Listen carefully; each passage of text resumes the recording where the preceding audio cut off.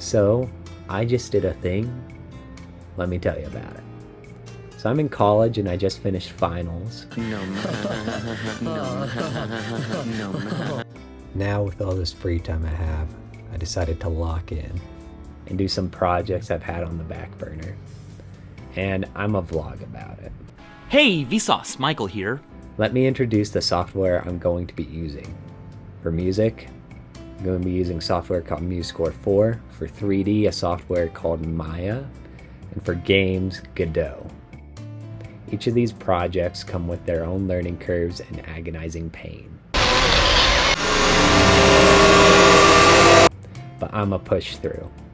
So let's not waste time and start with the first day. I got a planning board, mainly for me, but it's great for this project. As you can see, each project is a colored dot, and each day has a different dot. This helps me keep on track. Along with this, each week I give myself a fire quote from something I've heard, like Avatar. Thanks, Lion Turtle. Now then, planning was day 1, but on to day 2.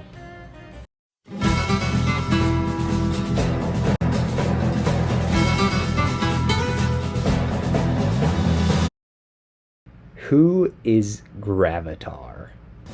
Gotta give you some backstory for this one. A few years ago, I drew a character called Gravetaur. I drew him a few times. He wears chainmail and a blindfold. I ended up trying to do a comic about him, and I wrote part of a story for him, but I got distracted. So I figured, what better way to revive this character than in 3D? Virtual Boy, see it now in 3D. So what's the first step to making him 3D? I don't know. Let's make him 2D or something. I start by making an image plane based off of a design, so I have something to reference while I make the 3D image in Maya. I started with the head, then went on to shaping the chin and the overall face. I can do hair later, but right now the nose, chin, and neck are what I'm focusing on. It's good to get the overall details down, and then I'll build on them later. But that's day 2. On to day 3.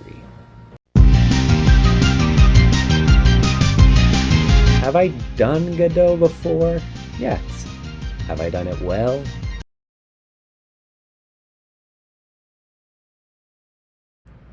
No.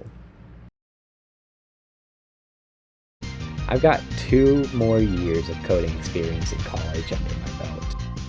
Now that I've gained more experience coding, I went back and revisited that old code. Seeing it now with fresh eyes actually makes a lot more sense. Now this is Phillipon. He was the last project I worked on. He's a little rat thing, more like a mouse, which, much like Gravetaur, I forgot about. I keep having this nagging feeling that I've forgotten something. Hey, if you forgot it, it probably wasn't all that important. Yeah, I guess. I plucked my old sprite art from a side-scrolling version of Phillipon I tried doing, and I'm using that as my base for the character. I followed along with Bracky's tutorial, how to make a video game in Godot. It's a stellar video and it's super helpful. Even if it's a software update out of date for Godot, I still think it's worth looking at. I followed his tutorial, I created a character node, and then added my sprite to it.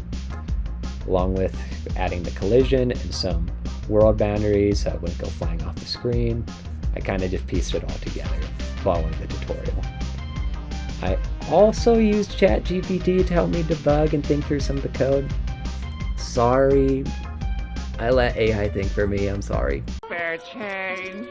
Spare change, ma'am. Squidward? Step into the grand to a Dragon Ball GT!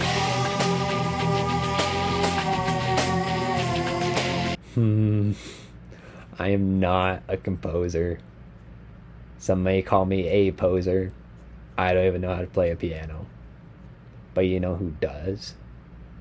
Mark Menza.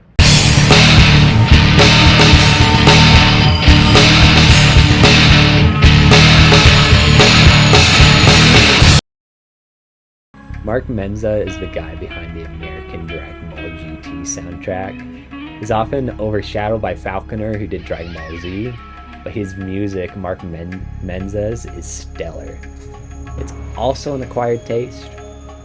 He has such a distinct soundtrack, and I'd kill to know the instruments and thought process behind the entire soundtrack he did.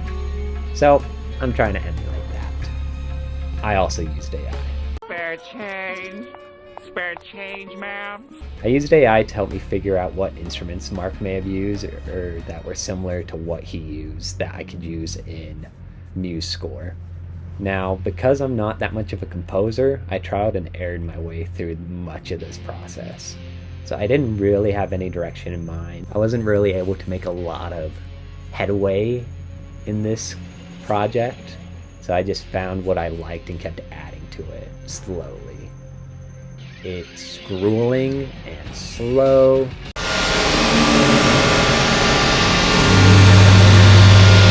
But it's also a learning experience, so that's nice at least. That's day 4, on to day 5.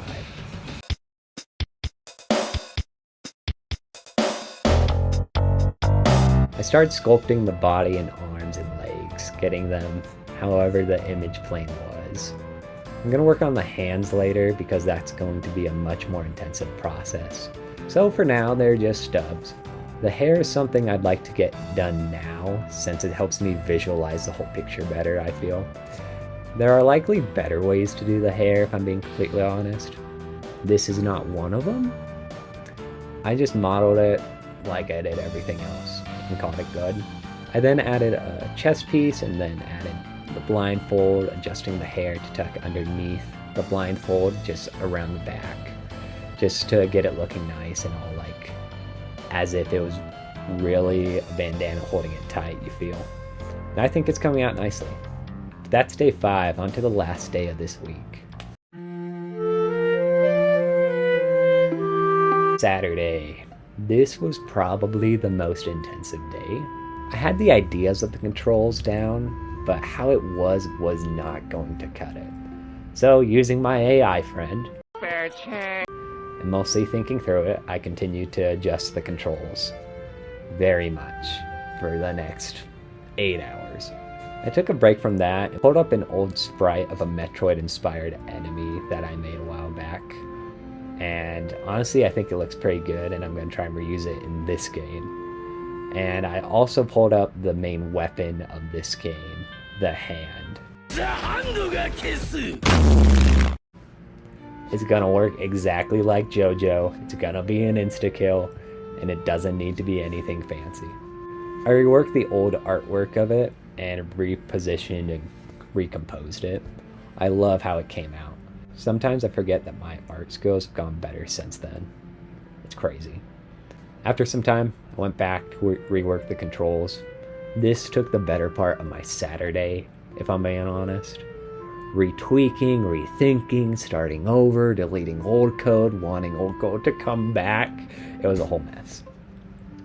I took a break and added a skybox from the pixel art recommended by Brackley, but I decided it was time to make my own pixel art.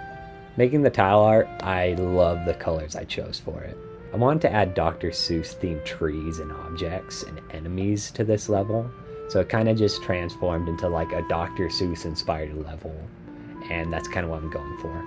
I also added to the trees and the bush this cool little dance so it can do the thing from Mario.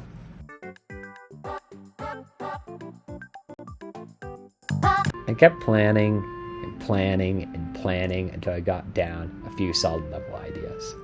I'm only doing 4 since I don't want to overwhelm myself. I'm going to be doing a Dr. Seuss inspired level, a lab level, a rat construction site level, and lastly a kind of mirror dimension level. I'm looking forward to adding each of these elements as time goes on, and I'm glad I paced it out like this so I don't overwhelm and unalive myself. Eventually I got the pixel art down. It still needs some work, but I'm loving the direction it's going. Then another 4 hours of tweaking the controls.